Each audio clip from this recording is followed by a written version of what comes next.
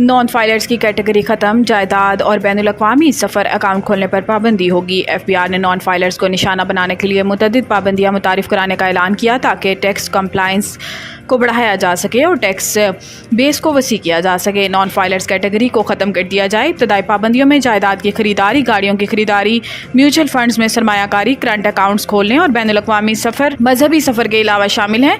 हुकूमत non filers category को ख़त्म कर रही है, जिसका मतलब है कि वो अफराद जो पहले इन लेन देन पर टैक्स अदा करने से बचने के लिए एक मामूली फ़ीस अदा करते थे, अब ऐसा नहीं कर सकेंगे। FBR के चेयरमैन राशिद महमूद लंगरियाल ने कहा कि टैक्स से रिटर्न जमा ना करवाने वाले अफराद के लिए 15 मखसूस सरगर्मियों पर पाबंदी आयद की जाएगी, जिनमें इब्तदाई तौर पर 5 कलीदी शोबों पर तवज्जो मरकूज की जाएगी। ये इक़दाम FBR की तब्दीली के मंसूबे का हिस्सा हैं, जिसे वज़ीर आज़म की मंजूरी मिल चुकी है।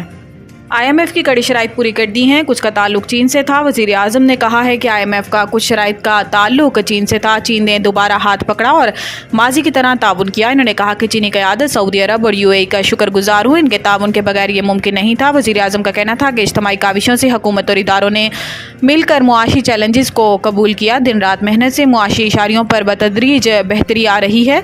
वज़ीर आज़म शहबाज शरीफ की तुर्किया के सदर रजब तैयब एर्दोगान से भी मुलाकात की। दोनों रहनुमाओं की जानिब से मुख्तलिफ मामलात पर सेर हासिल गुफ्तगू की गई। वज़ीर आज़म शहबाज शरीफ का कहना था कि तुर्किया के सदर की अक़वाम मुत्तहिदा में फ़लस्तीन पर तकरीर दिलों को छू लेने वाली थी। जिस तरह इन्होंने फ़लस्तीन का मसला बयान किया, हाल में मौजूद सबके दिलों को छुआ। मैंने तुर्क सदर को मुबारकबाद दी।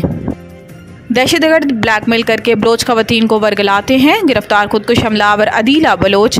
बलोचिस्तान के सूबाई दारुल हुकूमत में प्रेस कॉन्फ्रेंस में अदीला बलोच ने कहा कि मैं क्वालिफाइड नर्स हूं और वर्ल्ड हेल्थ ऑर्गेनाइजेशन का एक प्रोजेक्ट चला रही हूं। मेरा काम लोगों की मदद करना और ज़िंदगियां बचाना है। मेरी बदकिस्मती है कि मैं ऐसे अनासर के साथ रही जिन्होंने मुझे सही रास्ते से भटकाया। अदीला बलोच ने कहा कि मुझे ऐसे बहकाया गया कि मैं खुदकुश हमला करने के लिए तैयार हो गई। मैंने ये भी नहीं सोचा कि मेरे खुदकुश हमला करने से कितने मासूम और बेगुनाह लोगों की जान चली जाएगी। मुझे दहशतगर्दों की जानिब से एक नई और खुशगवार जिंदगी के सब्ज़ बाग दिखाए गए।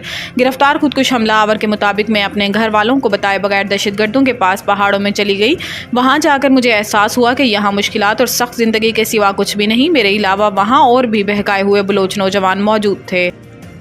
दोबारा गिनती की सूरत में फॉर्म 45 और 47 को हतमी नहीं कहा जा सकता। सुप्रीम कोर्ट फैसले में कहा गया है कि जब तक दोबारा गिनती का ऑर्डर नहीं आता, फॉर्म 45 और 47 को दुरुस्त तस्वुर किया जाता है। फैसले में कहा गया है कि इंतखाबी तनाज़े में बुनियादी शवाहिद इलेक्शन में डाले गए बैलेट पेपर्स ही होते हैं। दरख्वास्त मंजूर हो तो तमाम उम्मीदवारों की मौजूदगी में दोबारा गिनती होती है। अदालत के सामने इंतखाबी थैलों की सील टूटी होने का केस नहीं है। फैसले के मुताबिक वोटिंग मुकम्मल होने पर प्रिजाइडिंग ऑफिसर वोट गिनकर फॉर्म 45 तैयार करता है। रिटर्निंग अफसर फॉर्म 45 के मुताबिक वोट शुमार करके फॉर्म 47 जारी करता है। फॉर्म 47 के मुताबिक रिटर्निंग अफसर नतीजा इलेक्शन कमीशन को अरसाल करता है। कास्ट किए गए बैलेट पेपर्स ही असल नताइज का तयन करते हैं। बाद सुप्रीम कोर्ट ने दोबारा गिनती की दरखास्त को मुस्तरद करते हुए मुस्लिम लीग नून के उम्मीदवार मोहम्मद खान लहरी की कामयाबी को बरकरार रखा।